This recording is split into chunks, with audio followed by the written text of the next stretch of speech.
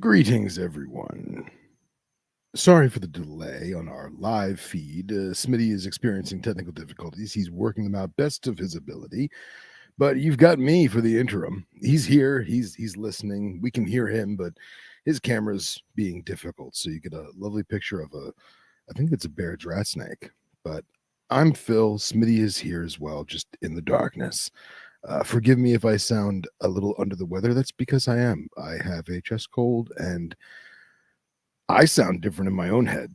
So I can only imagine what it sounds like on the airways. But tonight is Snakes and Stogies, episode 199.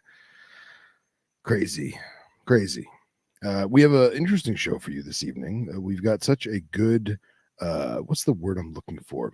A good response to our iNaturalist. Oh, and he just disappeared. All right. Hopefully he'll come back.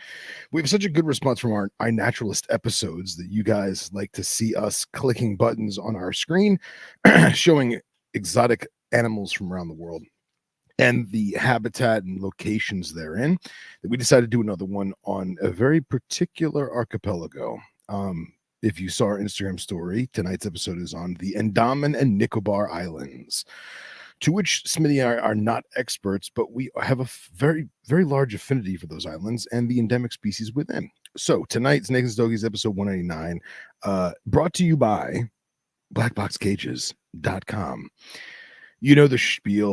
If you need a rack, if you need a cage, don't just go to the website. Go look at what they got. Talk to them. Communicate. Express your wants and desires because they can fulfill it within reason.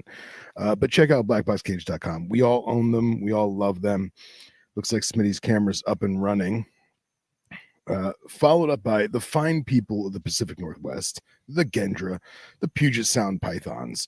They got some amazing critters in and out of the incubator this season. Everything from ball pythons to water pythons to, I don't even know, lizards and more. Feeder rodents, pop figures, you name it. Check them out. Puget Sound Pythons, Instagram, the YouTubes and such, as well as cold-blooded caffeine. If you need a quick pick-me-up or you want some delicious home-brewed, home-ground, home-roasted coffee, a delectableness, check out Cold-Blooded Caffeine. And of course, now that Smitty has joined us, Fulvius Apparel, which has the most unique apparel designs in herpetoculture, hands down. Am I forgetting someone? I feel like I'm forgetting someone. Kind of did the sponsors a little backwards, but it's cool. I don't think so. I think we're good. I'm just so used to the spiel that, like, it's weird. But we're here. We're here. Yeah. Oh, we're here. I don't know what it was. Like, I log in, and then when I tell it to pick up one camera, it picks up Jake's camera, and then it's like, that's not the camera. And then it's like, restart your browser. So the links I had pulled up for tonight are gone, which is really frustrating. Okay. Well, I sent you a couple pictures just to kind of get the ball rolling. I figured I went through and saved a bunch to pull up. So all right, excellent. For like every species we're going to talk about. Hell yeah. Now my camera's not. And I'm going to let you do most of the talking because I am under the weather. So hold on. I'm actually not even smoking a cigar tonight because I think I would die. Well, I have a My Father Le Bijou. So what you went a little digital on that one. You have a what, sir? My Father Le Bijou. Oh, nice. An excellent band, by the way. Mm-hmm. Very Renaissance in its design. I enjoy it. It's one of those ones where, like, sometimes they're really solid. Sometimes you get a box that's just kind of eh. So I don't know. We'll see. None of my hardware seems to be wanting to cooperate right now. It's really frustrating. All my stands are all acting up, and was it like Jake and Skylar in there messing around? No. I know Katie did like a deep clean in here over the weekend while I was gone. So you're a little digital sounding. I don't know if that's your router or. I mean, your video is crystal clear. So. Okay, hold on a second. Oh, actually, you sound great right there. Don't move. Keep it right there. Like the whole time, don't move like this. Yeah, just stand there. Yes. All right, I'll do that. Get carpal tunnel. Okay. So we've had previous episodes where we've sort of talked about the Andaman and Nicobar Islands. But we didn't really talk about them super in depth or anything. Just a couple of species we thought were really cool that don't get talked about a whole lot. So I was like, let's just I'd like to start doing episodes where we sort of talk about particular areas of the globe that I don't think get enough attention for their herpetofauna. Of course. So I figured what a good place to start. Then in my opinion, one of the most unique places in the, I guess it's Southwest Asia. No, It's kind of south. It's in a weird spot, so I'm going to pull up this picture. I would say South Central Asia. Well, can you guys hear my dog barking? He's having him a good time. Okay, I'm gonna yell at him. Excuse me. BRB, I'm gonna yell at my dog. Shut up. All right. So to kick it off, the two areas we're talking about are right here. Did you get the centralized map I sent you? Did you text it to me? Messenger. Probably. I sent you the good map of the island breakdown, and then I sent you a couple Sagitifera. So I mean, this map is great because it really gives you an idea of what's what. But the other map, I think, I do like yours. I do like yours more. Let me get it real quick. We'll start with this one. So, well, while I'm grabbing that, so here's Andaman Islands. It's an archipelago, and then Nicobar Islands south of that. I thought for some reason they were closer to India and Sri Lanka than they are. There's a pretty big gap. Yeah, and they're actually way closer to mainland Thailand and Myanmar, or Burma, if you will, than the Mercator map shows, because it's stretched. I think it's only like 120 miles off the coast of Thailand. Excuse me. Now it's not letting me log into my Facebook. Are you kidding me? Dun dun dun. Well, I'll start in with the islands. Well, actually, do you want to go head first in this, or do you want to do some catching up? I really don't have any news to report. Do you have any news to report? I'm just so excited about these islands. I went herping with Jake, and Harry over the weekend. And are you guys going to do an episode about it? Do we not want to talk about it too much? I don't know. I was just going to talk about it briefly. Facebook can burn in hell. It was good, and weather was not perfect, not horrible. I think if it had been about 5 degrees warmer, we probably would have done really, really well. We did good still. I won't really go into too much detail. Had an interesting find in the form of a dead pygmy. And we have an episode lined up. It's not until the week after next, because the next episode is going to be episode 200. Yeah. So the episode after that, I'm actually really excited. I got a lot of questions and stuff together. It's going to involve the pentastomes, which is crazy to me, because I always chalk it up to, oh, that's a bunch of baloney, that's a bunch of malarkey, and then my friends actually find it. Like, that's crazy to me. Yeah. And it's very far away from where any invasive pythons would even consider being. So now it's curious as to how to get so far north, or is it even the same type of worms? So yeah, well, we'll find out at some point, because long story short, I'll keep it the Cliff Notes version. First day there, like, we had just rolled into town, so we went and hit up a WMA. Almost step on a dead pygmy, and there's absolutely no signs of any issues with it. It's just dead. For those listening who don't live in the Southeast U.S., a WMA is a wildlife management area. It is state land that's public land for hunting and fishing and camping and such. So go on. Sorry, Smitty.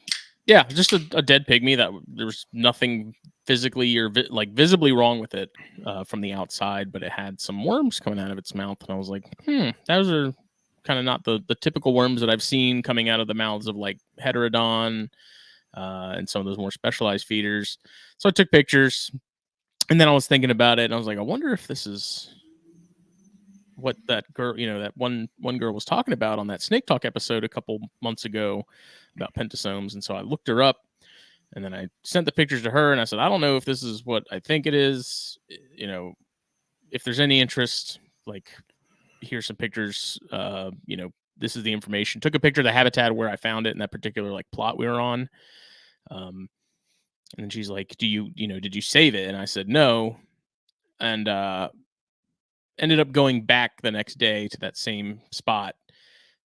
Somehow managed to find it again. Like, it hadn't been taken away by, a raccoon or some sort of scavenger or something. It was still there. Not a ton of flies and stuff on it, so it was relatively still intact. Managed to bag it up, and then Harry, actually, we put it in his freezer until Jenna can pick it up, and then she'll do whatever she needs to do with it.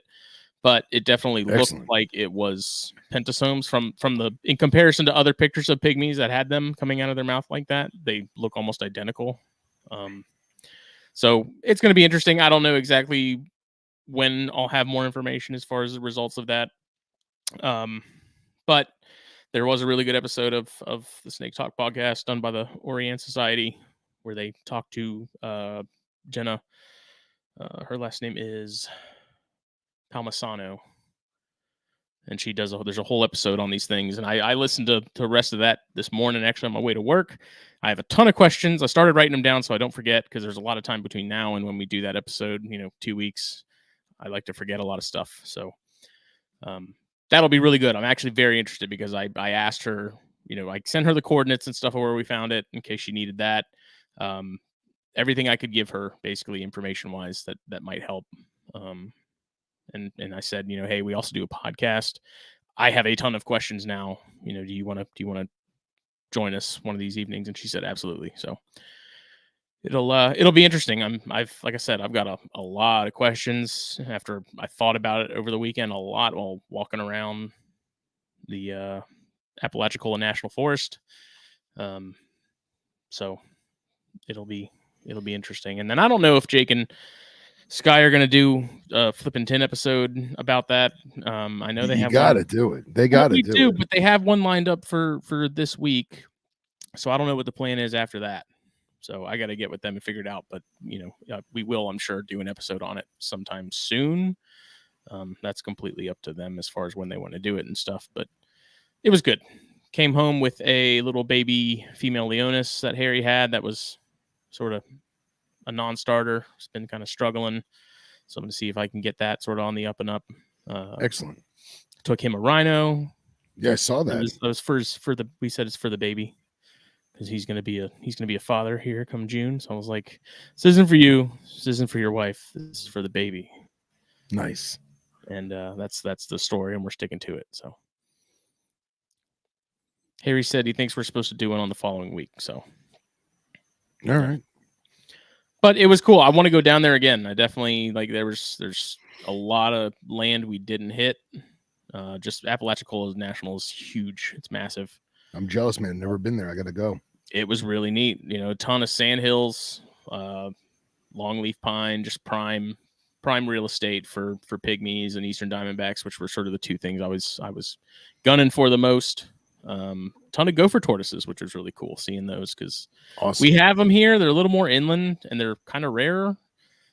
Down there, to see so many burrows and stuff all over the place was really cool to see. Like, the fact that they're so plentiful in some of those WMAs and those national forests and stuff was awesome. Gave me a really good appreciation for that species, seeing them in person, as a lot of those native species do for me. So it was cool. Good stuff, man. Good stuff. Let's see if I can get to this. You gonna let me log in? Nope. All right. Well, I can't access that picture right now. You want me to text you? Would that make a difference or no? No. Unless you can pull it up.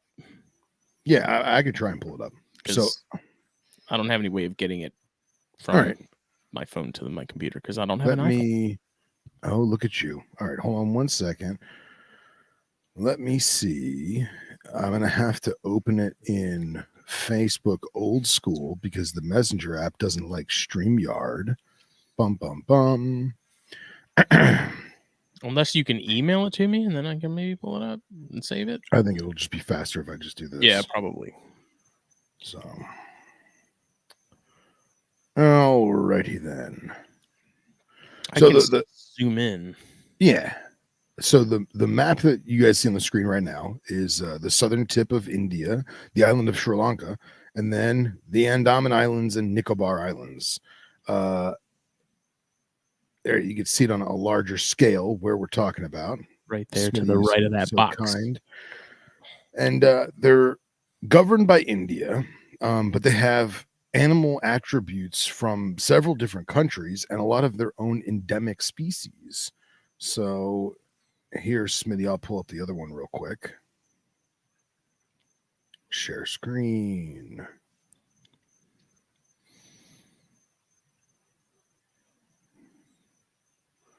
Where is the in? Why is this not working? I don't know. Is it telling you that there's an error or something? No, it's just not showing the other. Okay. It's not showing the other window. Oh, Facebook. See, this is There the you go. problem. I was late because I started watching ghost reel things, and Excuse me. So these are the Andaman and Nicobar Islands. The Andaman, as they call the Andaman archipelago, is over 500 islands. Only 38 of them are inhabited. They're basically southeast of India off the coast of southern Myanmar between the Bay of Bengal and the Andaman Sea, which is the bit of ocean that touches that Thai peninsula on the west side. They're basically broken down into sections of larger islands. So if Smitty, can you zoom in or you want me to zoom in? if it'll let you, I can't. All right, let me zoom in. So if we look at the top cluster, Oh, there we go. Perfect. Yeah. So basically broken down into the Great Andaman Island, which is the North and Middle Islands. You can see the North Island here, the Middle Island. This whole region is referred to as Great Andaman or Greater Andaman or Andaman, however you want to say it. And then Baratang and Southern Island. So this here. So Port Blair is the main capital. Baratang is pretty inhabited just because of the major seaways that go across. And then you have a Little Andaman on the bottom. In between the Andaman Islands and the Nicobar Islands is the 10-degree channel. The 10-degree channel is a major waterway that goes back to the 1400s or 1500s. Sailors would use this break in the landscape as a major identifier, and it's 10 degrees north of the equator, hence the name 10-degree channel. Captain Jack Sparrow. Yeah, right. Captain Jack Sparrow. Now, if we go down to the Nicobar Islands, again, you have the lesser islands, which would be these little guys up in here. You have Car Nicobar, which is this island here. And that actually has, I think it has the most endemic species per the size, which I think is crazy because it's so isolated. And then you have Little Nicobar and Great Nicobar. And obviously, Little and Great Nicobar are the most inhabited of those. Let me zoom back out if I can, if it would let me. There we go. And there you have the whole archipelago going north to south. And there's the 10-degree channel. So the Andaman Sea or Andaman Sea and the Bay of Bengal, which bleeds into the Indian Ocean, which would be over there. Thanks, Miss Frizzle. My pleasure. So we have sort of a list of snakes and some lizards and some amphibians. Yeah. Native that you probably did not know existed, and they're pretty cool. Yeah. A lot of them share the Andaman or Andaman name, Andaman this and Andaman that, Nicobar this and Nicobar that. And there's a couple species that are not purely endemic on our list for tonight, two of which are Smithy had to have looked at the list and saw. Super cool and very fascinating to both of us. But there's also a lot of animals that I guarantee you didn't know existed because I didn't know they existed until I hopped on iNaturalist and started cruising. Do you still have the links for iNat for us to look at the different species? So I saved a picture, at least one picture of each that we were talking about, so we could pull it up proper and be able to sort of zoom in and stuff. Okay, cool. Because when we do iNat, it just really struggles to do things quickly. So all right. So then, do you want to Do you want me to pull up INAT, or how do you want to quarterback this? I have a folder with all the pictures I saved. So we're not even going to go on INAT? We can if you want. I wasn't sure if that's what you were wanting to do. I was thinking that we pull up INAT and then just type in the one species name, and that way it only shows us that species on the map. Then we can get an idea of different phenotypes or sizes or whatever. But if you want to just do the pre-saved stuff, I'm cool with that too. However you want to do it. Okay. So the first one, and this one I figured would be first because it's the first thing I think of when we're talking. Hands down. Andaman. You mentioned it on the last Venom Exchange radio episode, and that is, what's the even common name for these things? It's the Andaman cobra. Okay. Or Andaman cobra. I'm pulling up INAT though because I am curious as to if there's not that many sightings on INAT. Did you get baby pictures or no? I did not save any. No. All right, so I have baby pictures because it is incredible. And obviously the pictures we're showing are probably the most choice specimens possible. I actually like INAT because they have some normal looking ones which are pretty drab looking. But for those listening on their car ride home, this is a fairly blue-gray cobra with some faint bands of darker blue-gray over it. Again, fairly drab. Imagine a pewter corn with an old school pewter corn with a hood. Yeah, exactly. And I'm gonna die on the microphone. So what I'm gonna do. Whenever you're ready, let me know. I'll flash over to the other one.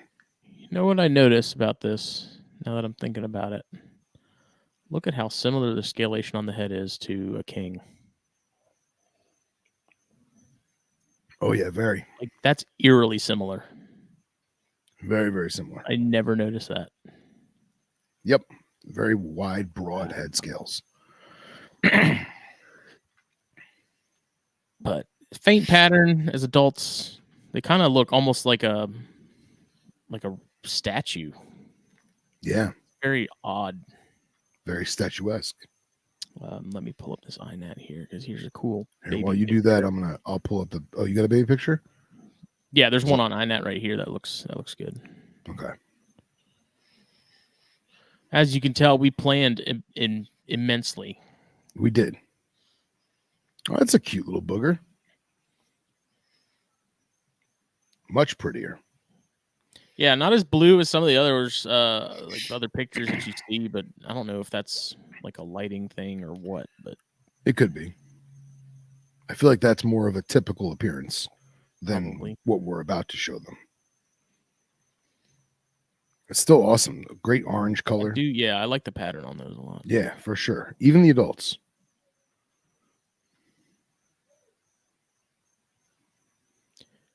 Open sesame.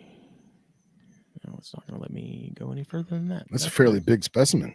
Yeah, that's a decent sized one right there. Yeah. Adult. Some of these are from a couple of years ago, it looks like.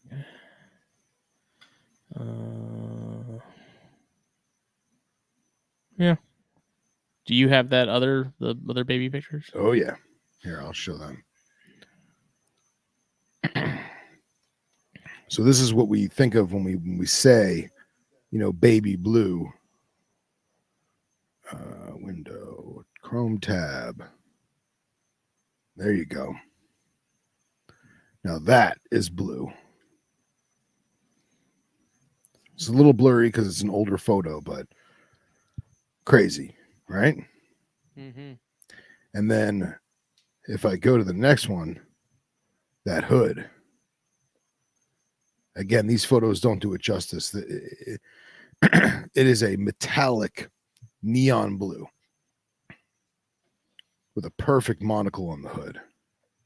I also like how the first band is very Chinese cobra in appearance, that Naja Atra. Yeah. Very cool. The whole thing's just very strange because, like I said, it's got that head scalation like a king, but it's got sort of the hood stamp of like a monocled, and then sort of this weird banding and things that are kind of reminiscent of like forest cobras to me. I don't know. Sure. Very forest cobra kind of this banding. odd Frankensteining of other species in the genus and their relatives. Yeah, it's definitely a regional blend of cobra type.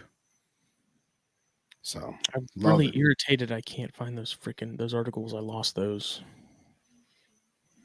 Sorry, bud. Damn Chrome.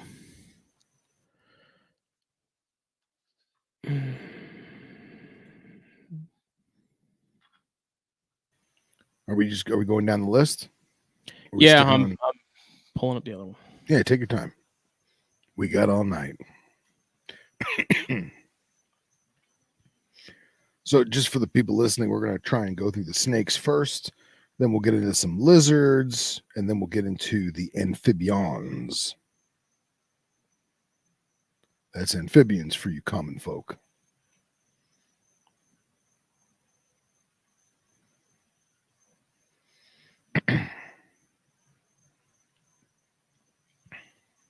Smitty, you're still muted.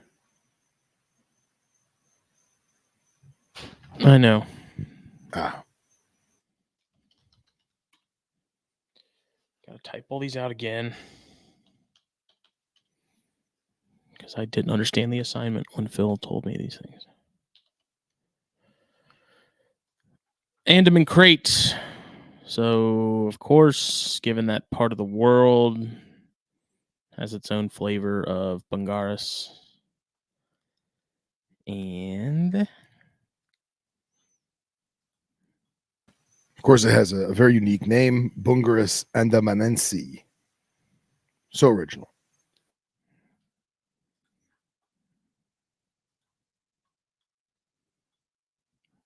trying to find like a decent picture since all the ones I downloaded are. It is very similar to many other Bungaris species. It just happens to be endemic to the Andaman Islands.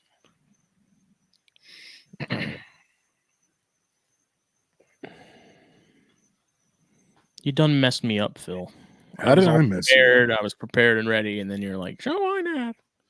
Okay, Well, here we don't go. show I. Use what you have there, bud.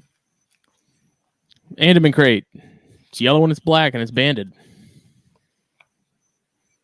That's actually a better looking one that I've seen before. There's a couple other ones that are a little brighter in color, that are a little more definitely looks like there's a lot of variation in the width of the bands themselves. You know, the color of those bands, be it yellow or more of a brown out sort of tone to it. Not as heavy blacks. Let's see. Has a little more iridescence than I'm used to. Yeah, it's got a little bit of sheen. There's a ton of decent photos on iNet that are any different than what I have up there, but they look very similar to like a mangrove. Like the banding width and stuff is almost identical. It's weird how similar the patterning is there. Yeah, and it's got a very unique face. If there's any face shots on there, it's got a very high yellow or high cream color to the face, which is unlike several other Bungaris in the region. There you go. Those little dead beady eyes. A very sunbeamy looking head. Yes. Very, very sunbeam looking. Wouldn't want to make that mistake. Yeah. Crates are no joke no matter where they're from.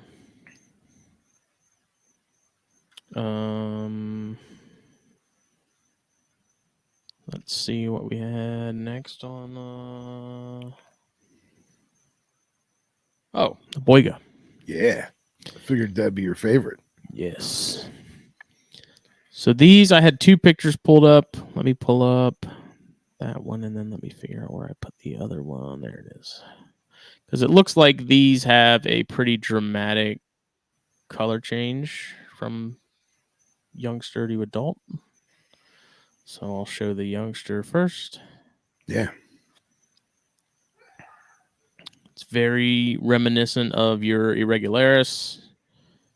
From what I've seen, because I'll show an adult in a second, and I don't know again if it's the lighting in the picture from the whoever the photographer was or what, but they almost seem like a weird combination of irregularis and cyanea, being that they look like irregularis as babies, with the sort of the very faint striping, and the orangish color, which is, obviously we don't see that with cyanea. They have orange bodies and green heads, and it's not really this deeper fiery orange. It's more of a sort of a peachy type color. Spicy Everglades rat. Yeah. And then, because when you look at the adult, you're like, oh, that's cyanea. Like it's a weird sort of lighter colored. And the bands are almost not developed until adulthood. I feel like the bands are more checkerboardy as a baby, and then they kind of turn into the banding cross stripes, if you will. Mm-hmm. Mm-hmm. And the eyes are totally different than cyanea. Yeah, the head structure seems overall to be a little different. It doesn't seem to be nearly as. It seems almost shorter, like in the snout, from like the length of the nostrils to the eye seems to be shorter. Yeah. And then that that when they obviously this one's kind of freaked out a little bit and is compressing some, but the space between the back of the jaw to the eye, also back of the eye, seems to be kind of longer too. So obviously a little different. Again, kind of an odd one. There's not a ton of like adult pictures of these online. This was kind of the only one that really popped up that stood out. This is Long Island, not New York. Andamanensis is Boiga andamanensis. But Boiga, I've said it once, I've said it a million times. The Indian Boiga and other species in that genus that we're probably never going to see in the hobby are some of the coolest. Unfortunately, there's a ton of species in India that are unbeknownst to a lot. So check them out. Go on iNat, go on Google, and just Google the genus and see what pops up, because you'd be surprised. There's some really cool stuff. Oh yeah, out yonder. Let's see. I think this was one of the ones that had a link to it, but let me pull it up. Yes, next one's super variable. I'm interested to see what photos you got.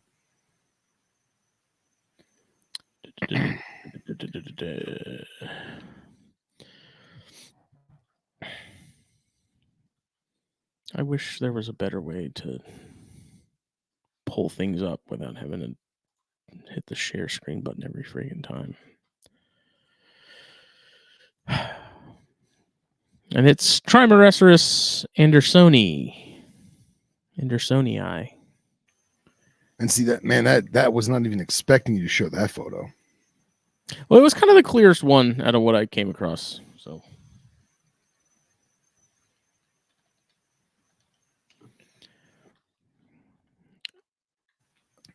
very short pit viper in appearance, very purple maculatus in appearance. Babies are highly variable, and adults can be anywhere from this dark brownish purple to a more foresty green. I've also seen different eye colors. This one's got like a dark, rich red colored eye. Some of them are a little more yellowy, but basically filling the niche of the small, swampy tree viper. Yeah, and looking at that, seeing the similarities to those and perps, you really wonder how closely related the two are, because if I saw them next to each other, I would automatically assume they were pretty closely related. So. Yeah, for sure. Because from the pictures, it also seems like they occupy pretty similar habitats too, which perps, I guess it's not really saying much, considering they'll live damn near anywhere, it sounds like. Yeah. And hate everything about it. But yeah, there's not really... They don't have any good pictures that sort of have the spectrum of options there. A lot of them look to me so far. Like it's this sort of very dark, perp-ish type. Are you looking at the whole archipelago or just the bigger islands? I don't know. I put in Andersonii, and it has the island on that. That one says it's also Long Island. I really need to hunt down these articles because some of them were actually like really interesting as far as new species and stuff like that. And we'll get to. I'm going to pull up two of them that I know are. I remember them being. Yeah, go for it. Let me find.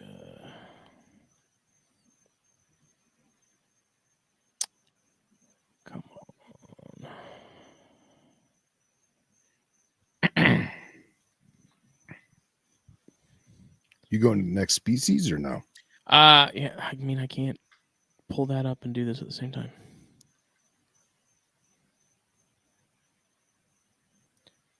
The next one is Andaman wolf snake. So they have their own flavor of Lycodon.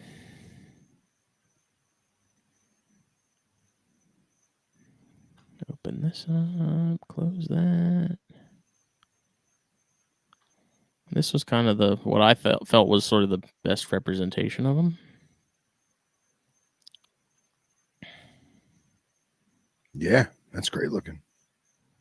Pretty interesting. Kind of a weird mottled. Yeah. Very children's python-y looking. Very granity, if you will, with a chocolate brown head. And this is Lycodon Hypus rhinoides. Hypus rhinoides. The Andaman wolf snake. Hypsirhinoides, I think. Hypsirhinoides. There you go. Ooh, now the next one is probably one of my favorites out of all of them.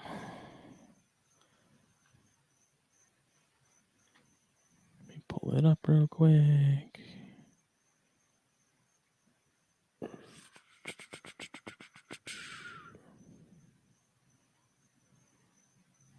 I got these new glasses and you'd think I'd be able to see better, but I can't. Dun, dun, dun.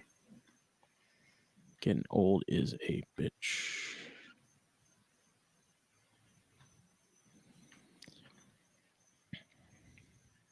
Oh, yeah. The bronzebacks, that's a pretty big family of Asian. I don't know if you'd even consider them colubroids. Yeah. I think they would be. Yeah. So this is South Andaman Island, and this is Dendrolaphus andamanensis. What'd you say the common name was? Just Andaman bronzeback? Yep. Andaman bronzeback. There's several different species of bronzeback across Southeast Asia and into Indonesia and even Australia, that whole region. So this is the Andaman Island endemic.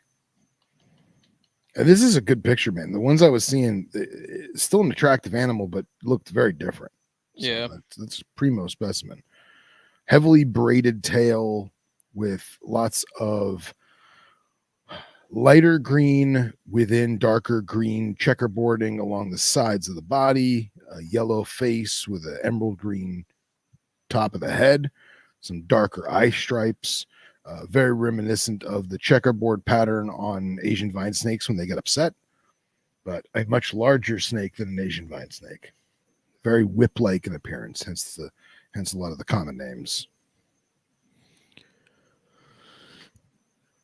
Keelback Jenkins. Well, this is a bronzeback, not a keelback. Different genera. I just like how much they look like boom slangs, like those red and black booms. Oh, yeah. Them red and black bloomers. Nice.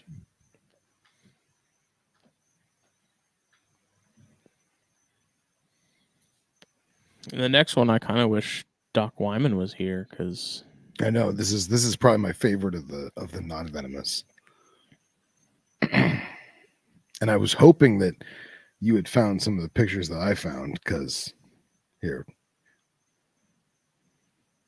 was that one of them? No, that's actually a really pretty one. The ones I was looking at were ugly, but Yeah, there was definitely this was sort of the most, I won't say colorful, but most patterned of all of them, because yeah, a lot of the other pictures that I had come across, they were very, like, that brownish sort of base color was sort of it, and then you get some striping, from the back of the head, and that was yeah, kind of it. Like, it sort of faded out and disappeared, and it just became a uniform sort of brown yeah, snake. But this very is drab. the Oligodon. Oligodon wood masony. This is the Andaman black kukri snake, and most of the time they are black. They're very dark in color. This particular phenotype is very reminiscent of the Malayan coral snake, Caliophus intestinalis. They live very far away from each other. To the best of my knowledge, there is no Caliophus in the Andaman and Nicobar Islands, but the idea of warning a predator with the orange dorsal stripe and the cream colored belly is very, very similar, dare I say, convergent evolution between the black kukri and the Malayan coral. There is some photos on the internet of these snakes killing and eating baby water monitors, which is crazy to me. So if you get a chance, look up kukri snake eating monitor. Let me see. So I found two of the articles I talked about, and then I just came across another one. Venomics of the enigmatic Andaman cobra and the preclinical failure of Indian antivenoms in Andaman and Nicobar Islands. This study aims to bridge this knowledge gap by investigating the evolutionary history of Andaman cobras and its venom proteomic, biochemical, and toxicity profile. Phylogenetic reconstruction confirmed the close relationship between the Sagatifera and the Southeast Asian monocled cobras, so Kothia.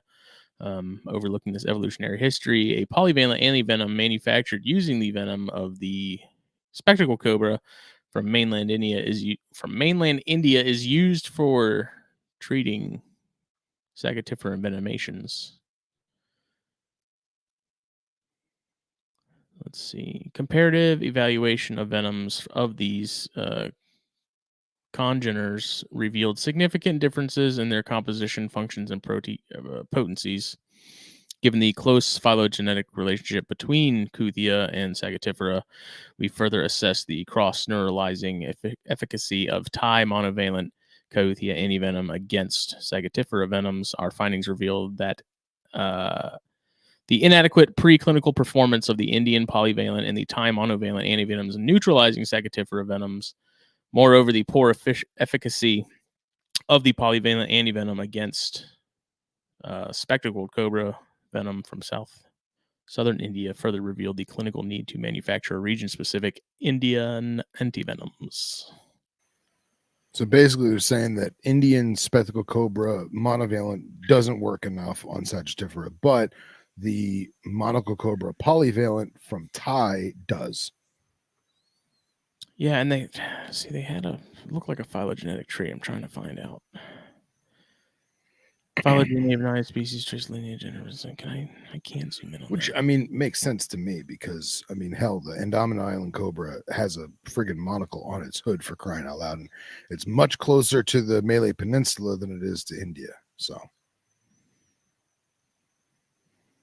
yeah, it's very close with the Kuthia, mostly the Thai and Myanmar and Vietnam. It looks like. Yeah.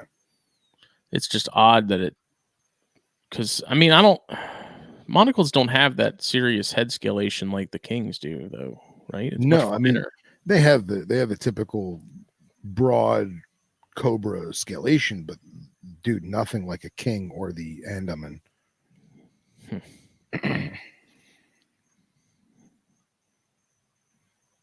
All right. I just wanted to pull up a tree to see because I was curious as to where Yeah, those show it from. off. But, let me share this.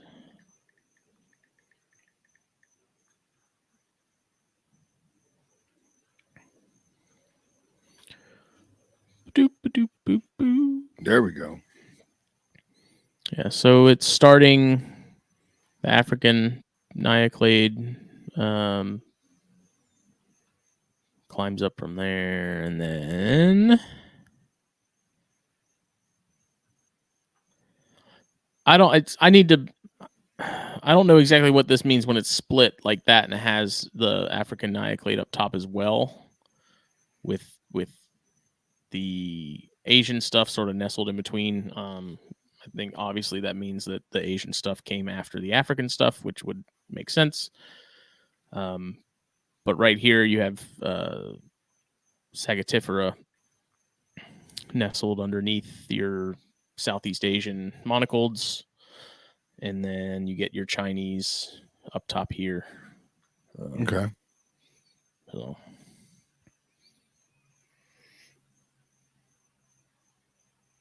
I don't know what that one in red means. I need to find the legend there for that. Shown a thick blade and gray lines.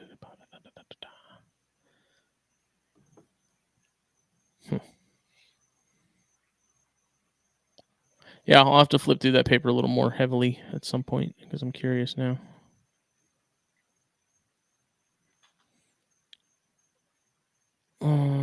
Next.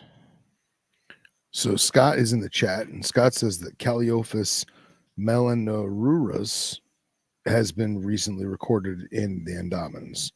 So I'm going to check that out because I didn't think there was any Caliophus, but I have been wrong before.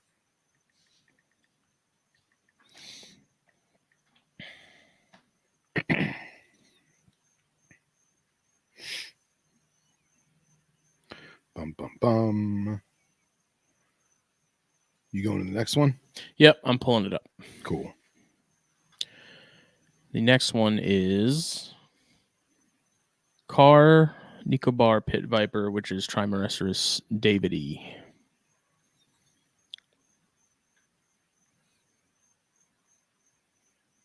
And this is one that had an article with it. These were discovered in 2020. I have an article. This is a new species of green pit viper of the genus Trimeresurus from the Nicobar Archipelago, Indian Ocean.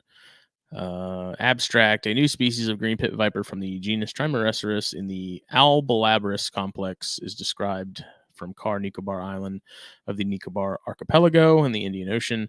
The new species, Trimeresurus davidi, can be distinguished from all other members of this group by the following characteristics: a medium to large body size, which says 277 to 835 millimeters snout to vent length.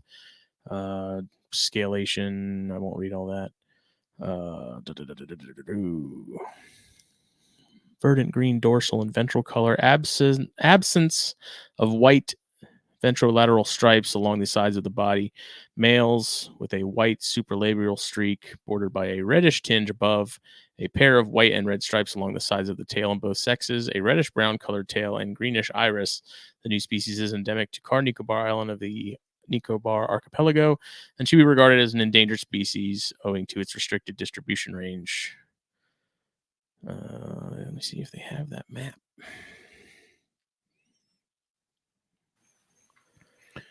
Yeah, and you guys saw the map that I showed earlier that, Car Nicobar is the most isolated of the whole chain. It's the farthest island from any other islands, and it's relatively small. So that would really explain why this has evolved to be its own thing and why it should be protected. I looked up the coral snake Scott mentioned. As far as iNaturalist is concerned, there is no sightings of any Caliophus or Asian corals on iNaturalist in the Andaman or Nicobar Islands. Doesn't mean they're not there. Just for the sake of this show, I couldn't find any. So there you go. So this is what we're talking about. This is the Car Nicobar, and this little pinpoint here seems to be where. Do you want me to pull up the other picture? What other picture? Of the map? I don't. There's only one dot. What's that? So there's only like a single dot here on the top of this map. It's just the northern section of that island. Yeah. I don't know. I if see. you I can even see see it. it. Yeah, it's tough. But it's no surprise that these are in the Albalabris group. You can look at them and very clearly tell that they're probably in that gang. Yeah. Which that whole group, I don't know what your feelings are on it, Phil. I think a lot of it is there's a lot of splitting that went on there, and it's kind of goofy because they're all just green pit vipers that look almost identical, but they're somehow split up to I think insane numbers. I think it's the chondro thing. I think some of them are diverged enough to be their own thing, despite what we visually see them as. And I think some of them might just be split to be split, but who knows? Who knows? It's cool, little rare. Yeah, it is interesting how there's no other snake like that in the archipelago, and just that one little island right smack dab in the middle. So curious. I need to see the original paper on that one too. I'm curious as to how many they actually found. Yeah, for sure. It's not some guy's pet that they just dropped off. Yeah. Albalabris. So then we got into non-endemic, which you have king cobras and Gonyosoma oxycephalum, which is your red-tailed green rats. I didn't pull up pictures of those because we know what king cobras look like, and I'm pretty sure most of us know what red-tailed green rats look like. Interesting enough, the only king cobra pictures on iNaturalist were of banded newborn or newly hatched babies, I should say. So I thought that was interesting. There is reports of quote unquote adult kings in the Andaman Islands. They're not gigantic. They're typically 7 to 9 foot. Yeah. But on iNaturalist, I'm pretty sure it's only banded babies. So if you want to go check it out. And what about the oxys? I mean, were they pretty stock standard? Yeah, standard oxys. But again, cool because I think they're the only rat snake on there. Yeah, that's what it looks like. Unless you want to count the bronze back. But and then I guess we'll sort of jump down because we have saltwater crocodiles on there as well. Yeah. And you said, I guess, Wikipedia, over the past 25 years, there have been 24 crocodile attacks with 4 fatalities, including the death of American tourist Lauren Failla. Sure. It looks like it's Italian. I don't know. The government has been criticized for failing to inform tourists of the crocodile sanctuary and danger while simultaneously promoting tourism. So if we go back to the map real quick, the majority of the larger islands is actually uninhabited because it's protected forest. And this is a bad map because it really doesn't show the forest. But on this island, like almost half the island is rainforest is protected. On Middle Andaman, it's at least I think 70% of the island is protected rainforest. On South Andaman, it's on the east and west coast of the islands, all north of Port Blair. So there's a ton of natural area. But there is salties that are chilling in several different crocodile sanctuaries, and the postage signage just isn't enough. So, but yeah, much like Florida, 25 years, 24 croc attacks. That's a lot. That's a lot. Yeah, that's high. Yeah. So. It's that's the only crocodilian there. I guess it's nice that at least there's tourism, like that's a thing. Like we could go there if we wanted to. Oh yeah, for sure. Lots of eco tours. Next, now we're going to get into the lizards. And this one was tough because there's not a ton of pictures of this either, and it's their version of the water monitor.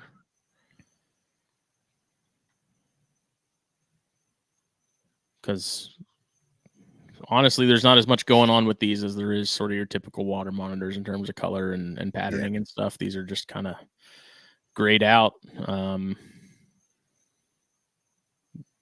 Not a whole lot going on. So it's Varanus salvator, Andamanensis, like so many other species. But it's pretty cool. Again, I'm wondering if those are overall going to be a smaller variety than what you see in most of the range. Yeah, I mean, judging by the leaf litter, it appears to be, say, what, 5 foot? I don't think even smaller than that. I mean, this could also be it might be a younger one, but that would kind of surprise me too, because I would expect the younger ones to have a lot more color and a lot more pattern to them. Yeah, agreed. Because the babies look normal babies. So I don't know. I could also see with monitors, like with insular populations too, like the size thing not being really applicable to monitors just because of how much they'll eat, like in terms of diversity of diet and stuff. There's not nearly as many sort of limiting things in terms of food availability with monitors than what you would see with, other herps and stuff that are a little more specialized in terms of what they're eating. So I don't know, maybe one of the monitor peeps can chime in there, but it also wouldn't surprise me if these were just a smaller species of subspecies of water monitor. Yeah, agreed. But also, I mean, as far as the subspecies things go across the board with a lot of this stuff, like that, the space between these islands from Indonesia and from India, like it's a lot. It's not like we're talking about Hainan in China where it's, you could practically throw a rock at it from the Hong Kong coast or whatever. With these, it's a very big separation. So it's called dwarf, Billy Jenkins said. Yeah. So with stuff like this, the subspecies thing, I'm not going to question it nearly as much just because of the amount of distance between even the bigger islands and stuff from India and actual land. Yeah. But I'm but a boy with snakes in a room, so. Short-crested Bay Island forest dragon. Yes. Where is the picture? This one's for our friend Daffy up in Canada. Nope, that's not it. Coryphophylax subcrystaltus. Coryphophylax subcristatus. You make it sound so quick and easy. But you notice how I can't read like a single paragraph without fucking up simple words. My brain. You got it. You got the weird looking one. I just like the cracked out eyes. Oh yeah, nice. Hey man, come to the islands often, man. Yeah, dude. You got any monsters, man? You got any more of that cold-blooded caffeine, man? Oh yeah. Oh. Cool little lizard. I don't know nothing about him. Yeah, I don't think many people know anything about him, except for they live on in the Andaman Islands, and they fill that forest dragon niche. Did you get any pictures of the red ones? I did not. Let me see here. It has a bunch of good-looking red and orange ones. See they? Yeah.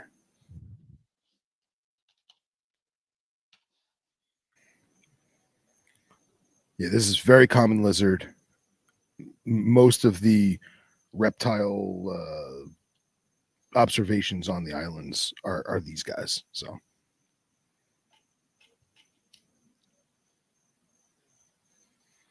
there are aplenty.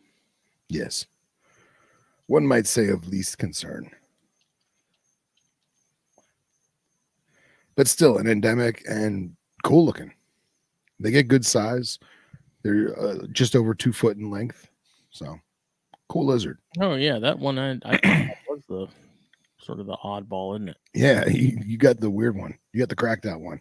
Let's see here.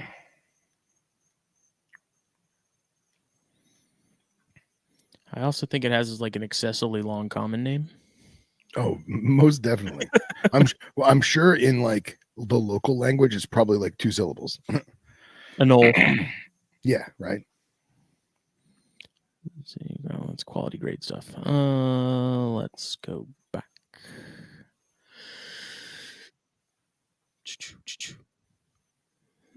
Oh yeah, I like that rust color on those. Yeah, there's one that I saw that was fairly large specimen, like coming around a tree looking at the photographer, and it was almost all red. Such a cool scientific name too, Crotophylax. Yeah, it's fun to say.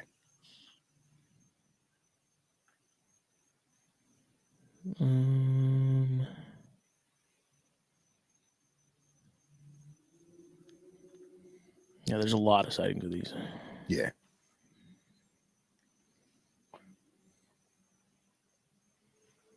Yeah, when I was going through a couple days ago, I was setting this list up. I was going like island by island, and like I looked at a lot of these photos, man. It's like after a while you start thinking that they're all the same lizard and people are just taking the same picture of the same lizard.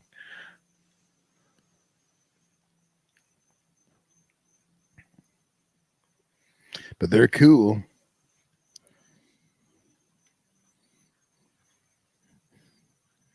What is the next one? The next one is Tyler's Mabaya skink, or Titler's Mabaya skink, Eutropus titleri. Titleri. Yeah, Titleri. And present. I like the genus Eutropus. It's a fun genus. I like the sort of oil sheen look that these had going on. Very much so. And what's crazy is it looks like a skink that you'd find under leaf litter, flipping tin, but most of the observations are coming down a tree. They're extremely arboreal from what I gather. Yeah, some of the other species pictures I saw, it seemed like they were not ground level. They were up in something. Yeah. Let me see. What did it say? South Andaman Island? Is that what that one is? Yeah.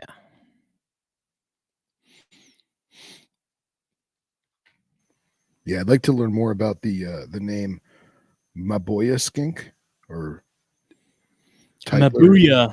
Tyler's Maboya. They just call it a Maboya. I mean, it is clearly a skink, but they just call it a Maboya. I'm probably saying that wrong, but I'd like to know the etymology of that. So, is this Critodactylus?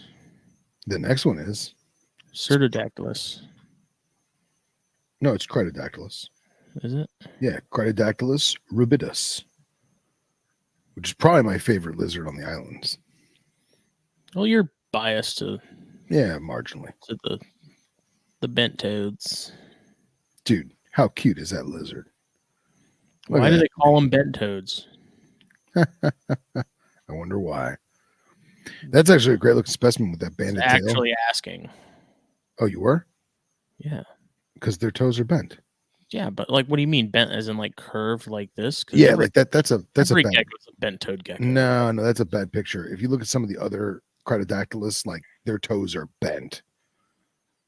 So. Little Andaman Island.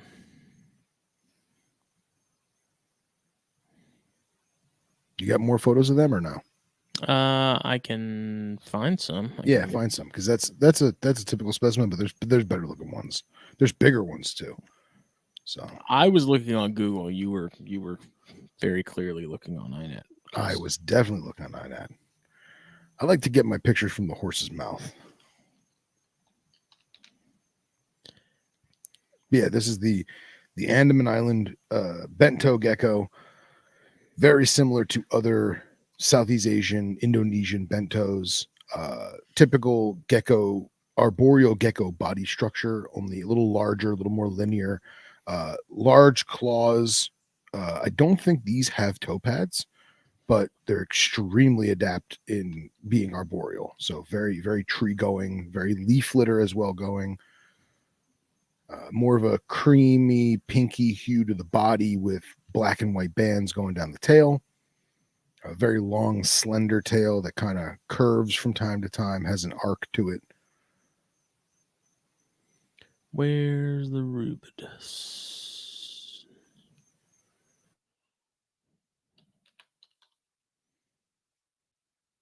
There we go. Got it.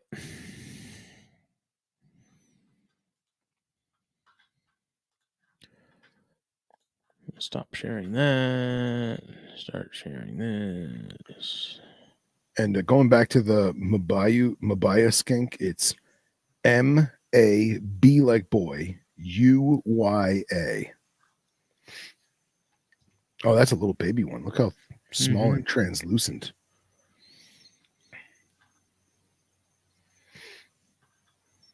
That's cute. Oh. Yeah, look at that one. That's cool.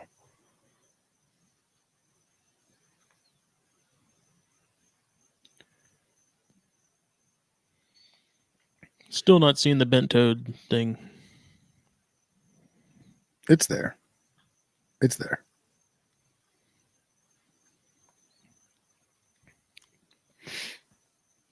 And then some of them are very cat gecko in appearance, like that one there. Very cat gecko in appearance. Meow. That one lost its tail at some point. Yes, that one's super banded. Mm-hmm. Nice. That's the Coleonyx form. Yeah, that's definitely the Coleonyx form.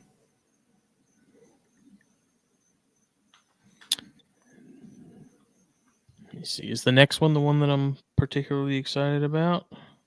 It is. It is. So this is another one that has an article attached to it that we'll get into here. Nice, nice. Very original name. But I find this to be probably the most interesting lizard. Yeah, I could see that. Because of where it is and what it is. And it's Phelsuma andamanensis, so it's the Andaman day gecko. Which is crazy how far away it is from its friends. Exactly. That's why I find it so fascinating, interesting, because that is very far removed from the other Phelsuma. Yeah. Let me pull up if there's any INAT sightings on these too. Oh, there is. There is. Yeah. That's a great looking specimen too. The turquoise. Mm-hmm. So for those listening at home, picture what you'd expect from a normal day gecko, but more turquoise on the head, more turquoise on the tail, and a little more yellowish green on the toe pads and feet, with the classic lime green body with the red speckling on the back. A fine specimen of day gecko. It is. It's interesting because it's almost like it took sort of a Grandis, like washed away some of the red patterning on the back, and then made it fade from like that weird turquoisey bluish into that typical Phelsuma green, and then you kind of went down the length of the body and started doing it on the tail too. Yeah. Like, and then the toe pads there, you see it's just got that orange blushing on the tops of the individual toe pads and stuff. It's pretty interesting. Yeah, very, very seafoam green on the head and tail that fades into that Smitty coined Phelsuma green. I like it.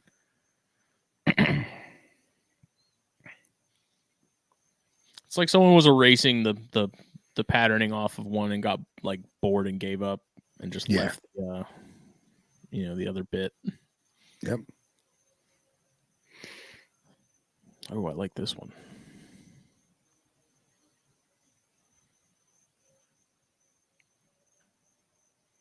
Yeah, it's good looking. Yep. Much more grandis in appearance. They were erasing it in the middle and just got sidetracked. Yep. And it's crazy. It does blend in really well, especially on that photo. Yeah. Yeah, it's odd because I mean the tail on this one's even more of that bluish sort of teal color than the other ones were. Yeah. Like that's the part that sort of blends in the best with the surrounding foliage and stuff. Yeah. I use the term foliage for a couple blades of grass loosely. Yeah, right. Ooh, look at this one though. Yeah. It's a screamer. Phelsuma is a cool genus, man. I had a grandis for a little while, many moons ago.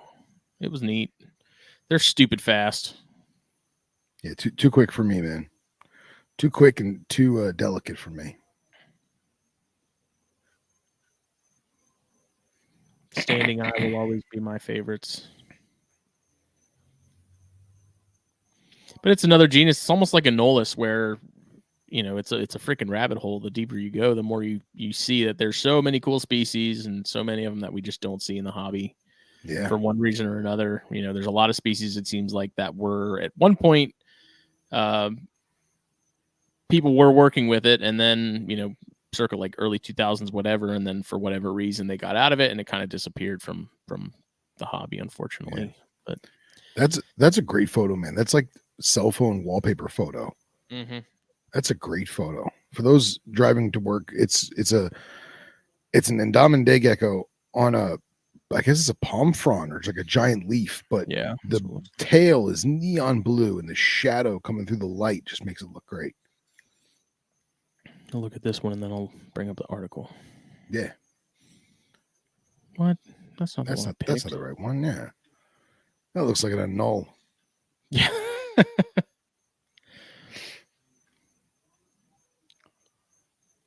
I want to go to Hawaii again just to see them. I never saw any when we were living there,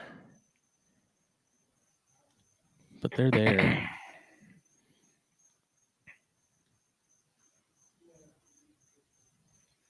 Wow, look at that thing. Yeah, I had my one. I named her Felicia, and I tried to like feed her some PNG off my finger, and she just came up, bit the shit out of it, barked, and then scurried off. I was like, "That's amazing." I was amazing. Like, oh, just lick it off my finger. She go just and then took off. Like, you asshole. I mean, dude, look at that gecko. That gecko is radioactive. I know. Man. Yeah, it's crazy. Let's see. Share this tab instead. So this article was published in July of 2020. The Andaman day gecko paradox, an ancient endemic without pronounced phylogeographic structure. The abstract is Phelsuma andamanensis is endemic to the Andaman archipelago, located 6,000 kilometers away from Madagascar, where the genus Phelsuma likely evolved. We complemented existing phylogenetic data with additional markers to show that this species consistently branches off early in the evolution of the genus Phelsuma, and this early origin led us to hypothesize that island populations within the Andaman archipelago could have further diversified. We sampled the Andaman day gecko from all major islands in the Andamans, developed new microsatellite markers and amplified mitochondrial markers to study population diversification. We detected high allelic diversity in microsatellites, but surprisingly poor geographical structuring. This study demonstrates that the Andaman day gecko has a panmictic population. Scott, what's panmictic mean if you're still listening? We dumb. We need help. But with weak signals for two clusters that we name North Andaman, Middle Andaman, interview Baratang, Neil, and Long Islands, and South, which is Havelock, South Andaman, Little Andaman Islands. The mitochondrial COI gene uncovered wide haplotype sharing across islands with the presence of several private haplotypes, except for Little Andaman Island, which only had an exclusive private haplotype, signaling ongoing admixture. The species differs from two other Andaman endemic geckos for which we provide comparative mitochondrial data, where haplotypes show a distinct phylogeographic structure. Testing population history scenarios for the Andaman day gecko using approximate Bayesian computation supports two possible scenarios, but fails to tease apart whether admixture or divergence produce the two weak clusters. both scenarios agree that admixture and/or divergence prior to the onset of the last glacial maximum shaped the genetic diversity and structure detected in the study. ABC supports population expansion, possibly explained by anthropogenic food subsidies via plantations of cash crops, potentially coupled with human-mediated dispersal, resulting in the observed panmictic population. The Andaman gecko may thus be a rare example of an island endemic reptile benefiting from habitat modification and increased movements in its native range. Very cool. I looked up panmictic. So panmictic is characterized by random mating within a breeding population. Panmixia means uniform random fertilization. So there you have it. So this picture is a female, evenly green, and male turquoise head and tail individuals from the Andaman gecko from the North Andaman Island. So maybe it's a dimorphic thing. Maybe females are more uniform and males have the blues going on. Yeah, maybe. But that's freaking cool, dude. Yeah, super cool. Another article. I might print that out at work and read it. But here's a tree. Go away. I don't want to be on your email list. I feel like we need to do a whole episode just on like understanding the jargon with some of this, like the bootstraps that Scott had mentioned earlier. We're going to need multiple college lectures. Yeah. They obtained data from 140 samples and 13 markers to analyze population genetic diversity and structure. Let's see what else. It's just interesting. Yeah. So this is something I'd have to have a smart person go through and read and sort of put it in like fourth grade terms, so I understand. But very neat. I'm gonna have to come back to that because there's a lot of colors and a lot of lines and a lot of charts. I think I'm smart, but I ain't that smart.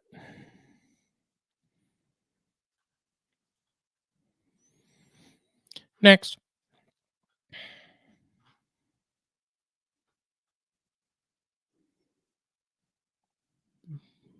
Oh, Phil just up and left me, man.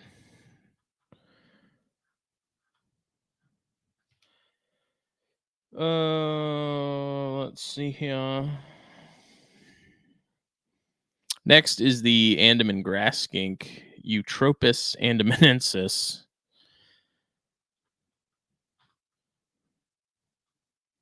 What do you mean you love these episodes, Chris? I'm putting myself to sleep.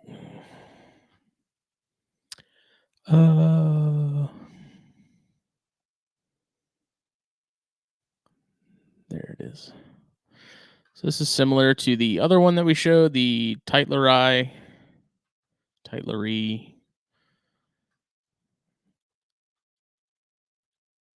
Showing my wife to see other people do this too.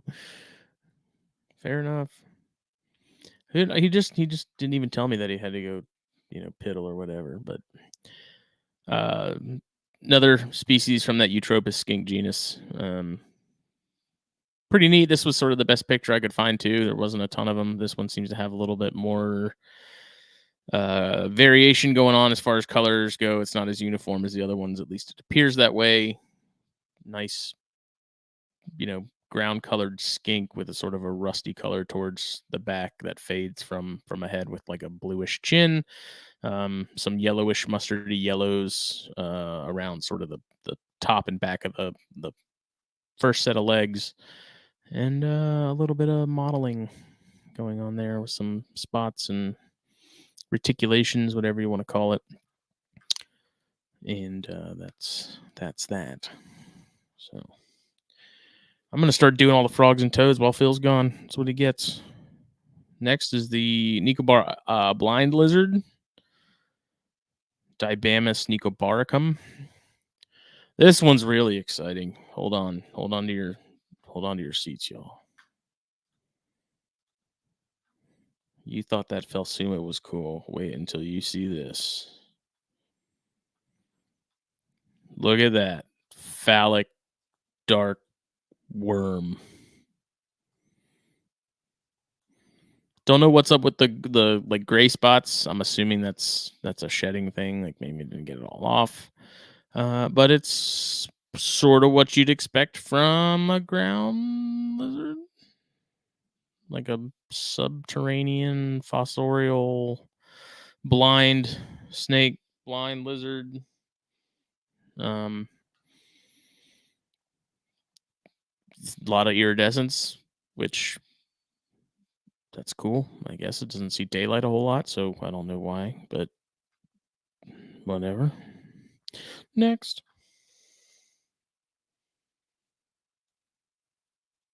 So I'll wait for Phil to get back because he said there's a lot of common Asian frogs and toads, but more specifically, there is the bilateral banded frog, Microhyla chakrapani, rapanii. Hello. Hello. What common Asian frogs and toads were there? If you know, Did you do the grass and blind? Yep. Okay, sorry, I had to step away. Ton of Asian frogs and toads. Common, I think it's like common Asian bullfrog, common Indian bullfrog, common Indian toad. I skipped all them. Did I send you the list for frogs? Mm-hmm. Okay. Did you get I folios? I haven't pulled it open yet, but I was waiting for you to get back before we dove into those. Yeah, let's do that. You want to do toads first because there's only one? Yes. There's actually like 4 or 5 different toads, but most of them can be found throughout Southeast Asia and India. But this one, Blythophrine, Berryet, Better yet, the Andaman bush toad, which So is this the one- only endemic toad. yeah, and I should need to pull it up on iNat too because I'm curious because the two pictures that I got were two very different animals. So there was this one, which is cool. You know, not a lot really going on as far as color goes. Yeah. And then where's the other one? And maybe it's a sexual dimorphism thing. Like maybe this is a male and it just doesn't have a whole lot going on because it looks smaller and thinner. And then the other picture I have is sort of the opposite of that, where it looks stockier and there's a lot more color. So I don't know. Maybe I'm confused. Yeah, that's awesome. Yeah, that's an exceptional looking one.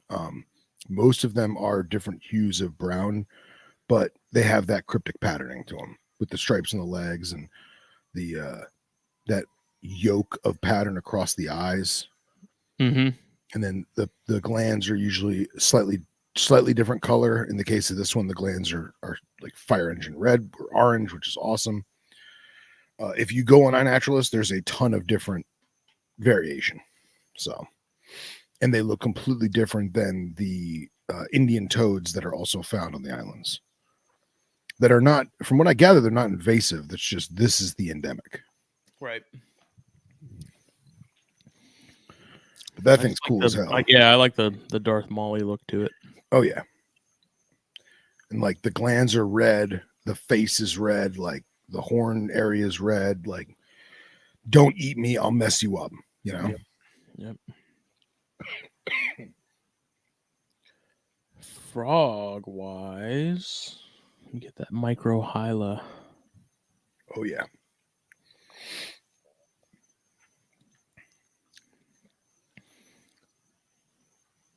Also, not the most exciting, but if you're Phil, you're probably all about it. Super cool. Little narrow mouth toad. Yup. Equivalent. Yup. Which that is the version. Common name for them, isn't it? What, the Microhyla? No, this is the bilateral banded. But I think they also had like another name for it was like the narrow mouth.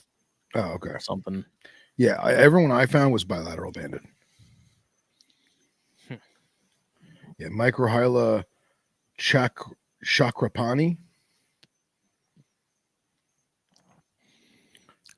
Kind of a interesting looking one, almost like a weird cross between like a spring peeper and a narrow mouth.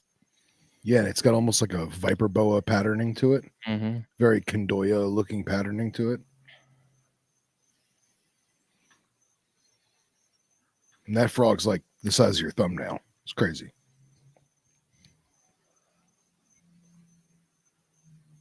You got more of the bilateral pics or no? I don't think so. Yeah, because there's a lot of variation with them too. Yeah. But I did like the genus name for these next ones. Minerva raya. Yeah.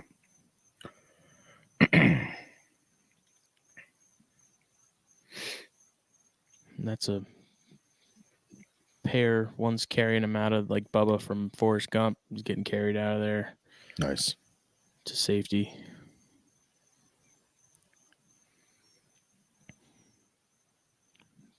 Yeah, this is this Charles Darwini?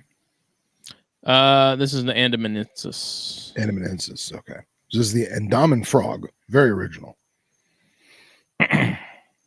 Like everything else on the island, it's Andamanensis. Still cool looking. Yeah, I like the color of the male there. Yeah. Female's got that oak-toed vertical stripe. Mm-hmm. It's interesting that that's such a common thread with so many species across the globe. Oh yeah. All different animals, not just amphibians. This one was interesting, and hopefully you have more to extrapolate upon. But this is the Minerva raya Charles Darwini. Nice. And super I guess variable. This is just a ton of variations there. Yeah, this is Charles Darwin's frog. Wow. Where'd you find this photo? This is obviously from a paper. The Google machine. Nice. Yeah, I think it was actually. Let me see if I can find that too. Yeah. So these frogs have a very distinct bullfrog body type structure, but much smaller, much smaller. I think they were Rana at one point, which makes complete sense because you look at those and it's like that is the most Rana shaped frog. Yeah, it gets. But if you look at the eye structure and the mouth structure, you look at the hips on the back, it's very bullfrog in design, just shrunk down leaf litter frog.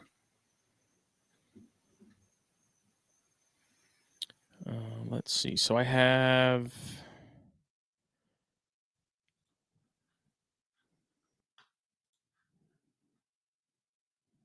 Stop sharing. This is killing me. There we go.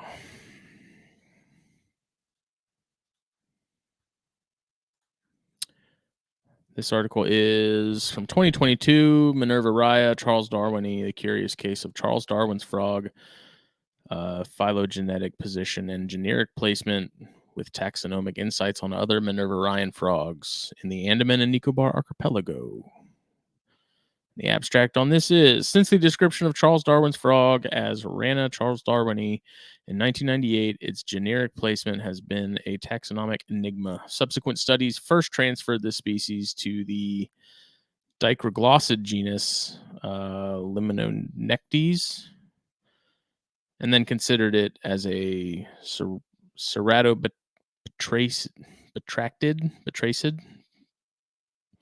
of the genus Ingerana, which has since been moved to the family Dicroglossidae. However, recent works have doubted this generic placement and also suggested the possibility of its sister relationship with the genus Lyurana within Ceratobactracidae. Nonetheless, there have been no detailed investigations to ascertain the generic placement of this taxon by confirming its phylogenetic position or using integrative taxonomic approaches. Here we provide the first molecular assessment of Indorana Charles Darwini based on mitochondrial and nuclear DNA and reveal that it is nested in the dicroglossid genus Minervaria, a member of the Minervaria, good lord, Andamanensis species group. Minervaria Charles Darwini is sister taxon to Minervaria andamanensis and shows relatively shallow genetic distances, 2.8 to 3.6% in the 16S gene. Both species are widely distributed, occur sympatrically, and exhibit high morphological variations, leading to long-standing confusions with other dicroglossid frogs reported from the region. Our combined morphological and molecular studies on dicroglossid frogs sampled across the known ranges of these species suggest that reports of Limonectes doriae and Limonectes haskianus and the Andamans are misidentifications of the former two, pointing to the absence of genus Limonectes from the Andaman Islands. Our study also reveals the novel record of Minervaria agricola from the Andamans, a species that appears to have been confused with. Not even going to try and read that. Another species, and then Minervaria carolensis. In literature and misidentified in museum specimens, and is found to be widely distributed across the islands. We further find another congener from the Nicobar group of islands, Minervaria nicobariensis, to be closely related to Charles Darwini. Similar to the case of Andaman dicroglossids, our work emphasizes the need to further studies to ascertain the taxonomic identities and genetic placement of Minervaria and Limonectes species reported from the Nicobars. Very impressive, man. Frog, very deserving of the name. I love it. My eyes are crossed. I imagine, dude. Go, look at the chorus sax. Yeah, dude, crazy. Yeah, it's wild. Ton of variation though, just like in color and pattern and everything. You know, yeah, like across the board. There's a lot going on.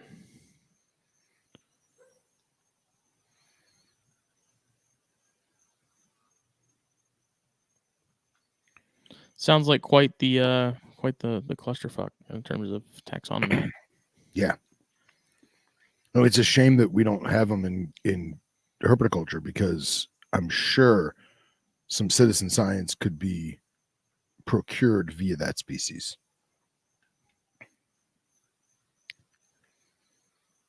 Let's see what was.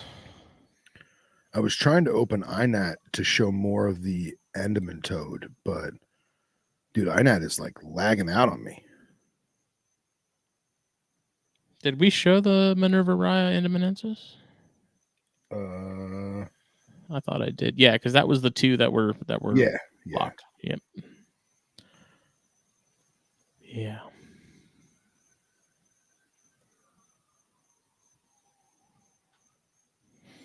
Well, see you later. No, hold on. I got toads to show. Stand by. Hang on a second. We're going to show these toads.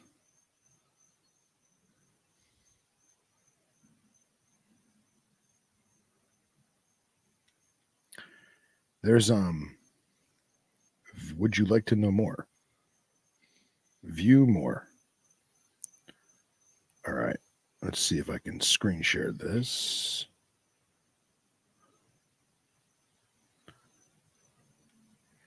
So going back to the Andaman bush toad and all of its tiny squishy glory. A very granulated toad, very tiny warts, but they also have this really cool lateral line, which is indicative of a lot of toads. Maybe Scott can chime in and tell me what that's actually called. I mean, we in the Americas we call them horns because they're usually on this side, on the inner side of the glands, right behind the eye. On these guys, it's below it and actually follows the lateral line of the eye, which I think is super cool. Very pixelated, very, very granulated body. I mean, they are a toad, but they're very frog-like in their design, you know. But I just thought these guys were super cool. Yeah, me and brown stuff. So you and toads. Me and toads. It's the new obsession, man. I was surprised when we were in Apalachicola. We didn't come across any toads. There's a couple like flattened ones. I don't even know what species they were. They were like unidentifiable. What about the ones that Harry feeds on his patio? I didn't see those either. I figured when you guys were hanging out smoking a cigar that he would have been hand feeding them suckers in the backyard. Yeah, I don't know. They weren't there. They weren't home. There was, so they did a ton of prescribed burns out there, and so, you know, I don't know exactly when they did them. I'm assuming it was within the last like several weeks, because there was still a lot of stuff that just hadn't grown back yet. But there were these sort of little oases in some of these that had like a decent little section of standing water that essentially, I guess, turned into small ponds and stuff. And so like in all this blackened, charred like landscape, you'd get these little areas, and that's where you'd hear all the frogs and stuff, is like just around these small pool areas that still had a ton of green vegetation and stuff that didn't get touched, I guess, by the burns. And frogs and stuff were going crazy. I think we saw some bullfrogs in some spots. But as far as like seeing stuff like flipping things and whatnot, I don't recall seeing any toads, but you could hear a lot of frogs and stuff. I don't know what species exactly, because I'm not any good at that knowing the calls thing, but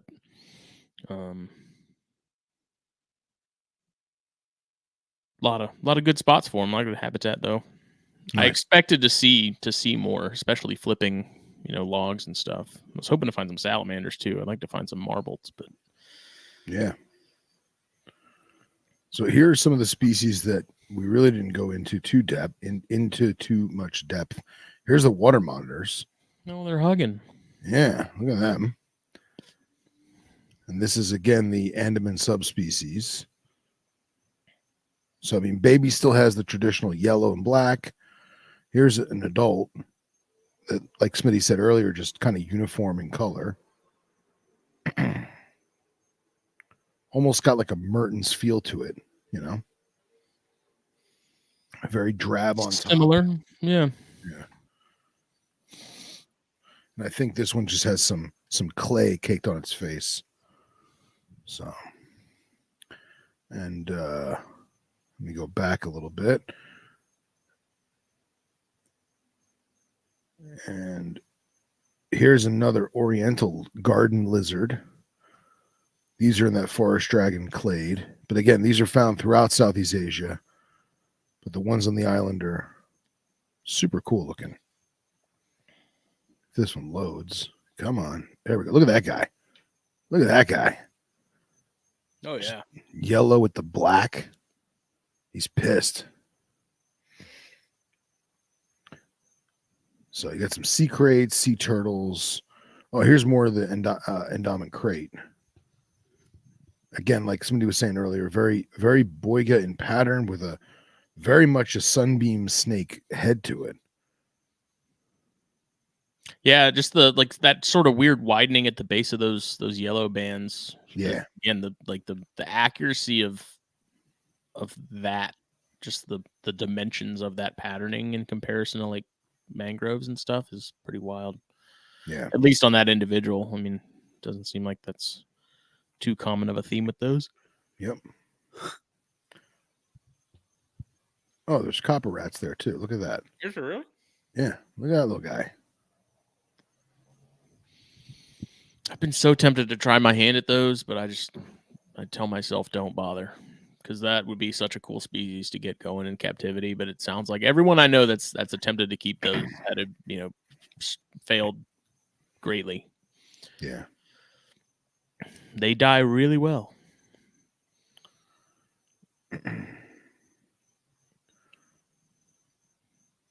Is that a turkey? Is No, that's far left. It's Gera. What'd you call me? Multilata.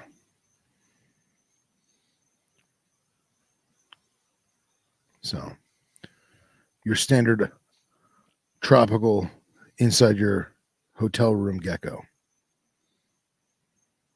Roommate for the weekend.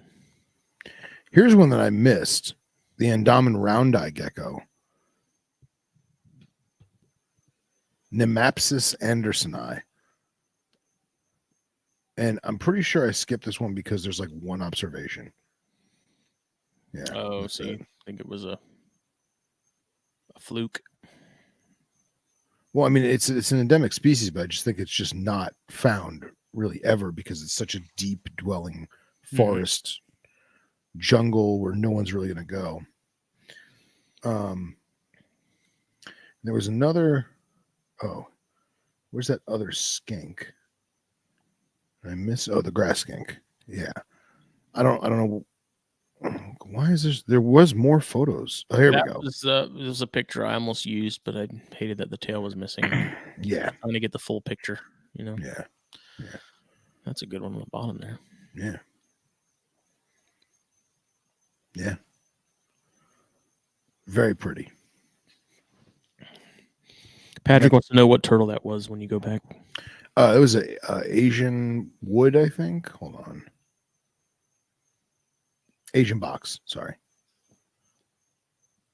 Again, I left it off the list because it's not endemic, so still attractive, still good looking turtle.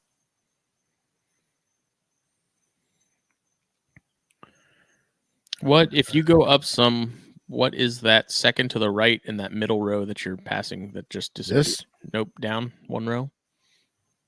That? Go to the right. Green sea turtle? One more time. Oh, that's the boiga. Oh, is it? Yeah. It was just so wormy, I couldn't tell. Yep.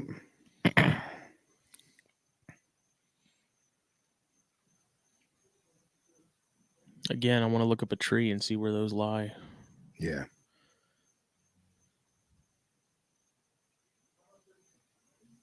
Super cute.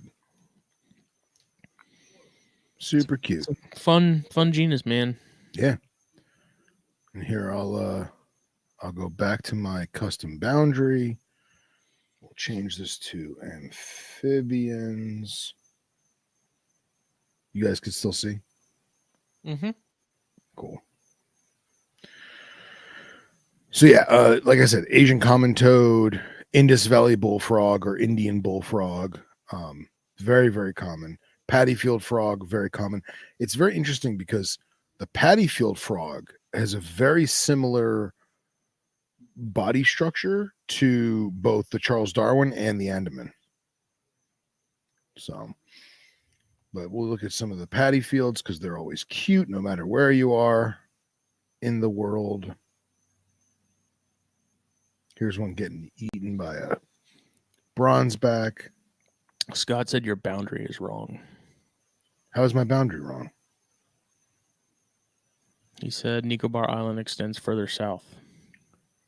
Hold on. Custom boundary. Try again. Oh, geez. Hold on.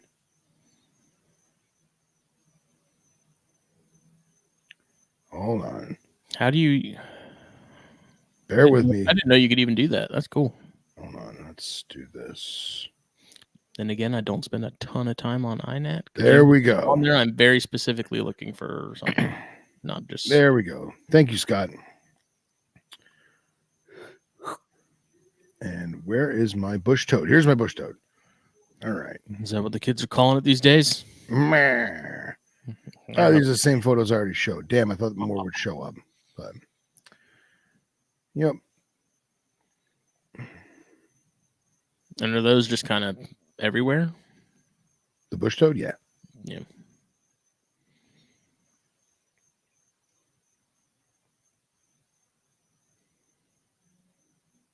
This is another one I left off because there's only one. Andaman bullfrog, Kaula goshi, but just one observation. So kind of got that tomato frog patterning. Yeah. Similar. The damn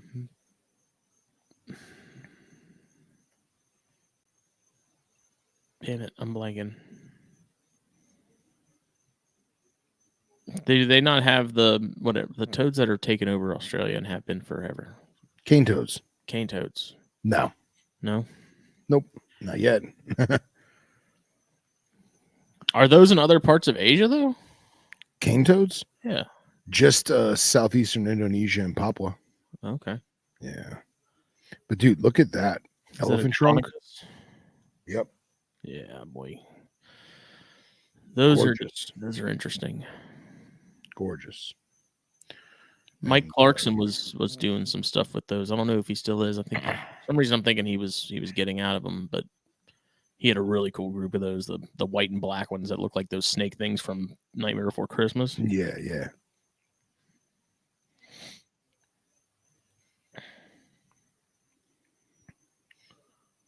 Good stuff, man. I don't know if I could go there, man, because I think it would give me enough of a taste of India to have to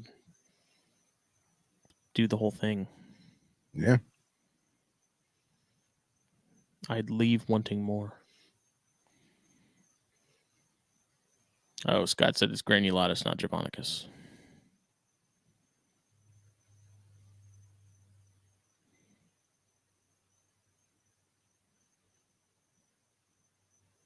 Yeah, I did see that huge elephant trunk that Dan posted. Seems massive.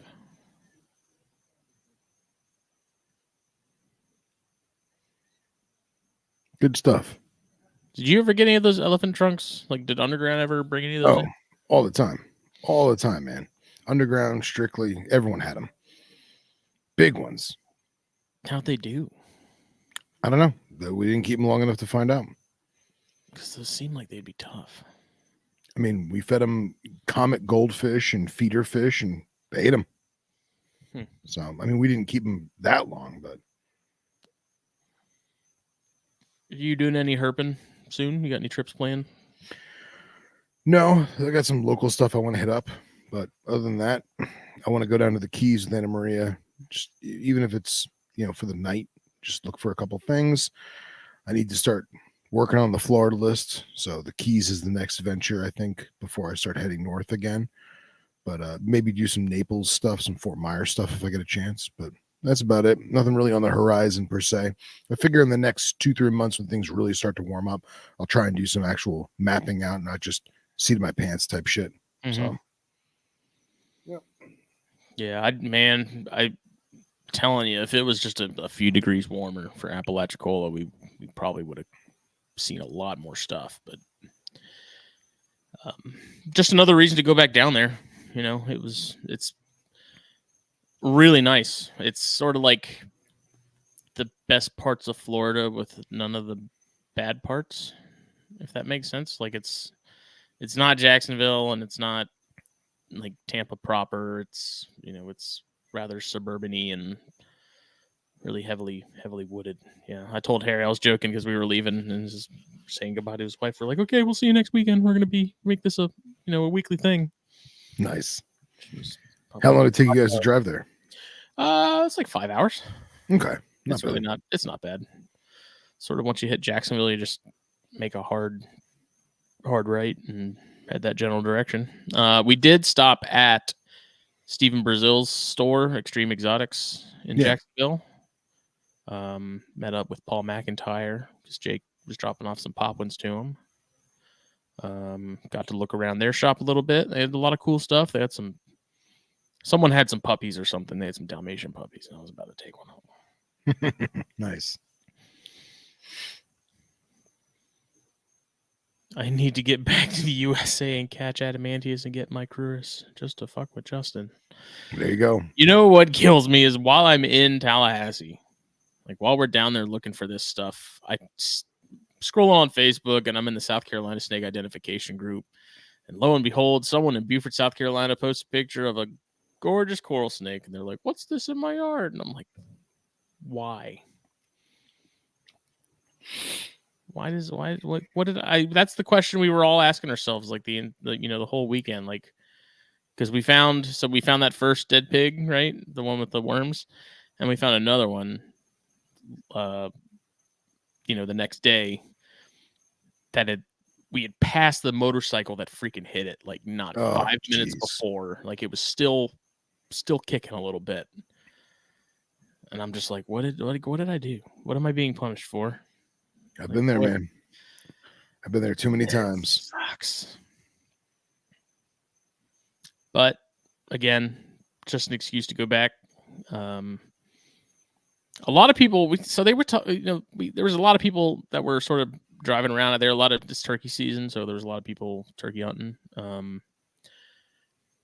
we stopped and talked to a handful of people that periodically, were either looking at what we were doing or just stopping by to ask some questions if we had seen any turkeys or whatever. And told them we were looking for snakes and just out running around. And a lot of people said they're like, yeah, we see diamondbacks here all the time, and it is like prime habitat for a lot of it. And I was feeling so confident that we would see one, especially in some of those sandhilly parts that we were in, because I was like just walking like by myself. I'd like the guys would kind of be walking a canal or something, or like a one of the bigger ditches, and I'm like off into the brush and stuff because I'm gunning for freaking adamantius. And I was fully expecting to just be looking around and just see it, and to just sit there and be waiting, and that I'd somehow managed to catch a glimpse of it in the mottled sunlight between the palms. No luck. But I also had this idea. I told Harry and Jake. I was like, dude, you know what we need to do? So we just need to get in a line and just start running through all this brush, because surely we're going to get close enough to one to freak it out to get it to start rattling. And that's how we find it, is we just start running through, like just beelines straight through all the brush and stuff. Hopefully we don't step on one, but it was like, we got to be able to stir one up that way. Yeah, you're just going to get jumped by a bunch of feral hogs. Yeah, I didn't see a whole lot of action from those either. There was, yesterday we were driving around another part of that WMA before we left town. It looks like there was a couple areas where hogs had kind of really torn stuff up a bit, but most of the time it didn't look like there was really any around, even though I know there are. Didn't see any gracillus either. As far as scorpions go, did find, so the first day Jake was peeling some bark on something, and he's like, oh, I saw a scorpion. And I was like, what color was it? Was it dark? And he's like, no, it was light, and it was tiny. So I was like, okay, it must have either been a small, like a baby gracillus or a hen's eye. And then me and Harry were peeling some bark on some other stuff while Sky and Jake were off doing whatever they're doing together. And I did find a little hen's eye. So I thought that was hell yeah, that's cool, man. It's on my list. I've never seen one. It was really pretty. The one that I found in particular, like the bands are usually like the darker bands between the three lighter bands are usually kind of thinner, but these were actually sort of thicker. But it was neat, and it like played dead too, which I thought was interesting. Really? Like I managed to get it on like a little leaf or something while I was taking some pictures of it, and it just would not move. And then when I was trying to get it onto like the stump that I found it on to take some pictures of it, I was like trying to, I was tapping it with the small hook I had, and it wouldn't do anything. It wouldn't move. It just froze. No shit. Which is really interesting, because normally they're like gone. Yeah. As soon as they get the opportunity to leave, they're out of there. But did Jake bring his roofing nails to reattach his bark? Yeah, we talked about like we're peeling bark and stuff. I'm like, you know what we should do is we should just bring like a nail gun or something and just tack all this bark back on these stumps and stuff. Nice. Talking about accidentally like entombing or mummifying some sort of poor lizard, like fence lizard or something, under this bark because we sealed it back. That's actually not a bad idea, man. If you had a tree that naturally shed all its bark and you just like got a staple gun and just like stapled it back up and just like made habitat for you to find more Scarlet Kings later or whatever. Mm-hmm. Yeah, didn't see any of those. Harry does have a small group of them though from like his county that he found on his mom's property, and they're freaking gorgeous, dude. Very cool. Like if those things weren't such a headache to get going, I'd try my hand at a couple of them. But oh yeah, man, like again, I'm convinced that they're not even real because I don't ever see them up here. I think I don't know if it's because we're so close to the coast, and we need to be a little more inland or what, but I've never found one. So it's on the list. He's got a nice group of them though. Ones that like, you know how you see them and they, the white bands are like white, like his are just this apricot orange, like Nice. really just smoking. Very cool. I got to watch one try and escape. Yeah, here he was taking one out, and that thing like straight up teleported. It's like out of the tub, and then we're like, "Where'd it go?" And then we see it, and he thought it was climbing into the back of his printer. Fortunately, it didn't. Got saved. Nice. And then he showed some of those king snakes he's got that are actually really nice. As much as I hated to admit it, because those variety of kings I'm not into. I know. I was like, damn it, those are nice. And he had some gray bands too. He had some really nice blares that also sort of started to make me itch a little bit. But I'm like, nope. Been down that road, sticking with the Leonis, and he's got a ton of those too. He got a killer group last year because his wife came to Daytona because he couldn't make it. And she just freaking clean house, man. She just rolled up. Got a ton of awesome Leonis, some really nice Eastern Kings too, which he has a Jasper County, which is like down in my area, Eastern. That was absolutely killer. Just stark white and black, like no yellow or anything at all, like straight up, like California King, like white and black. Excellent. Some Splendida, which I think he was very close to selling Jake on, but Jake decided not to. And he had an egg eater. I didn't get to see the egg eater because it was hiding, but those have been something that would be cool to do too, like a really neat sort of African bird nest tree. You know how they have those trees where like they're just absolutely inundated with nests from like the gourds and stuff, and birds are going crazy. Like it'd be really cool to sort of recreate that and keep some egg eaters in it. For sure. Yeah. It'd be very cool. They're a lot of fun, man. Daisy Peltis. Yeah, and he was talking about that too. He said, there's a handful of species, and like they're all really freaking cool. Like there's some that look just like Equus. There's some that look a lot like Boiga. There's some that are almost like rhinos with this sort of weird interstitial white striping and stuff between the scales, and it is a very cool group. I don't want to deal with finch eggs and stuff like that because he was saying he's tried other stuff and doesn't seem like they have any interest in the button quail eggs or anything like that. It seems like it's pretty much finch eggs or bust. Really? Yeah. That's tough. I mean, it could be other species maybe are a little more open to it. I don't remember which species he has. I think it's the sort of more the tanner variety that are more patternless. I'm sure Harry will drop what it is here, but they're pretty cool. I didn't realize they were as arboreal as they are. Yeah. It's a Gonzi. I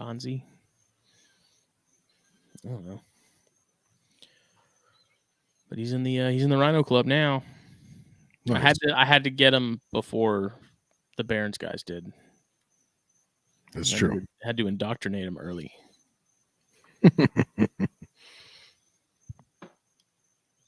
That's cool though, man. It's cool. It sounds like a good trip.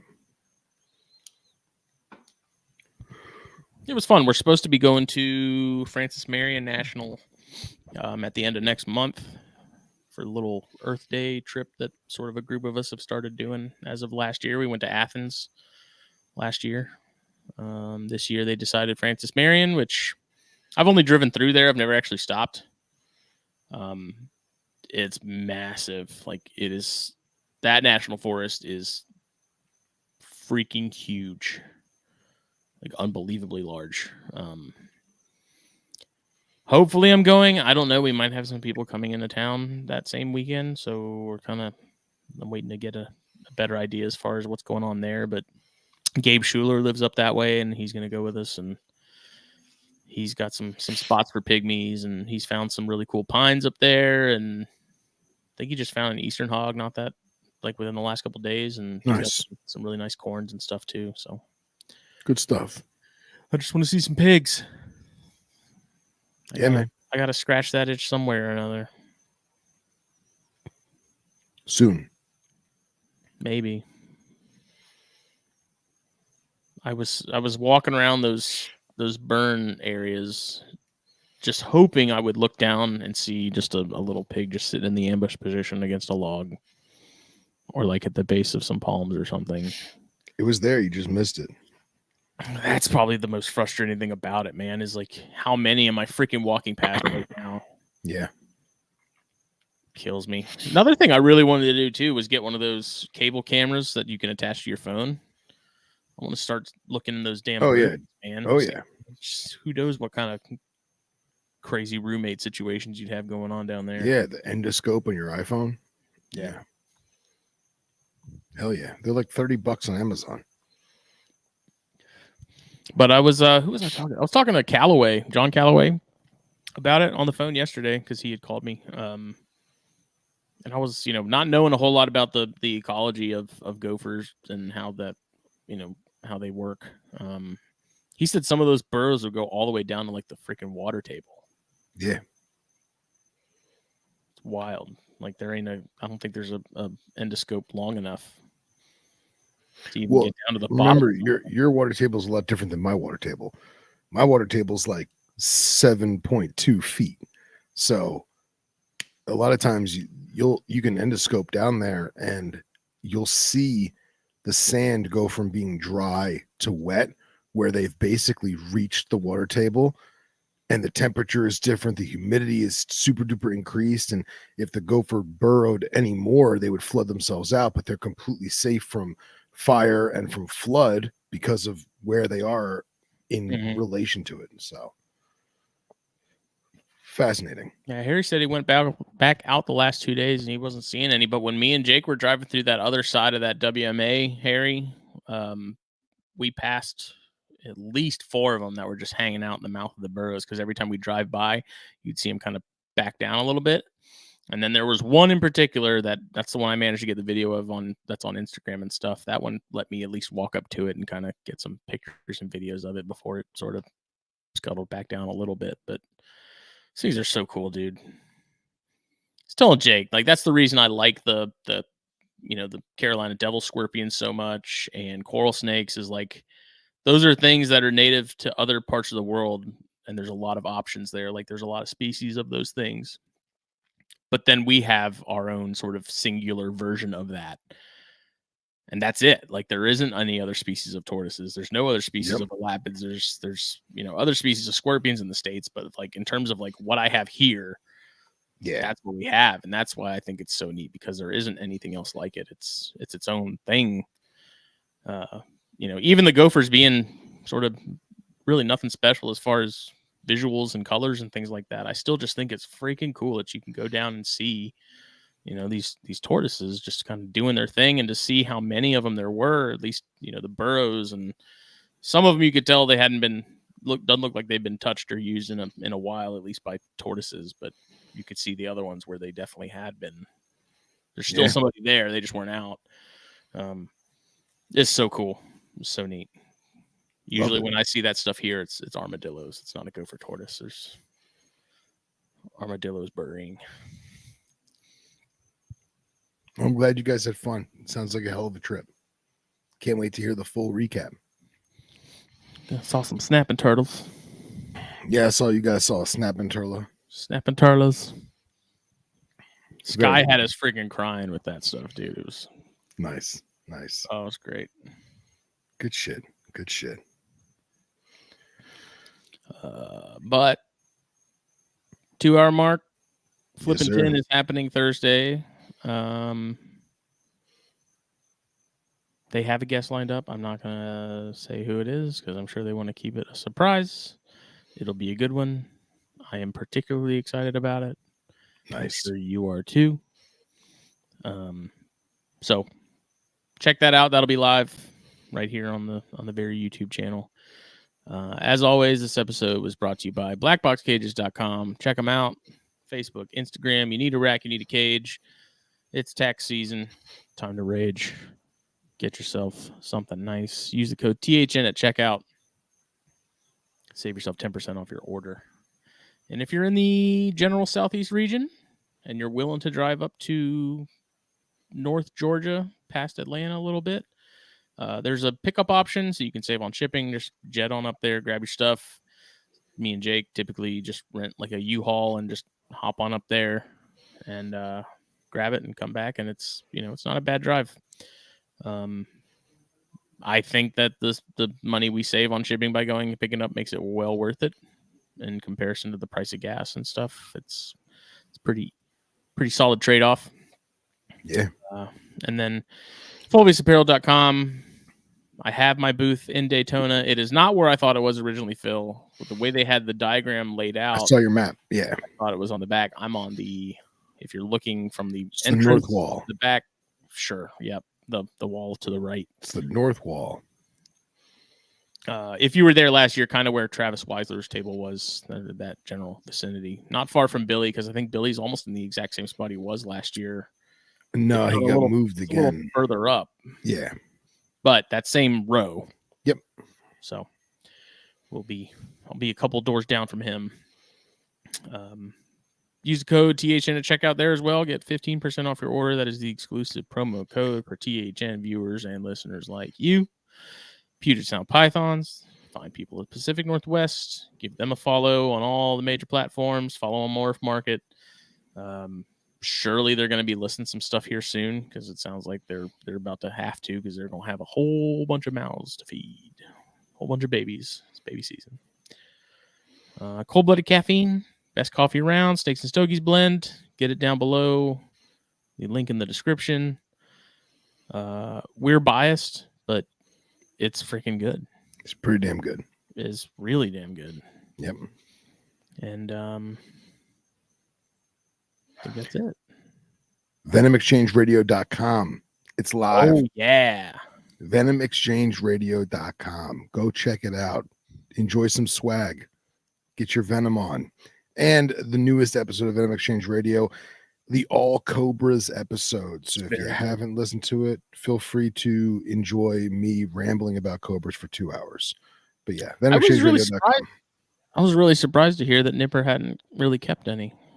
I did. I was shocked as we were recording it. I was like, "Are you for real?" Conversations about that where I'm like, "He's totally kept them," and then he's like, "I haven't." I'm like, "He's worked with them over the years in other people's collections and like opening export boxes and stuff like that.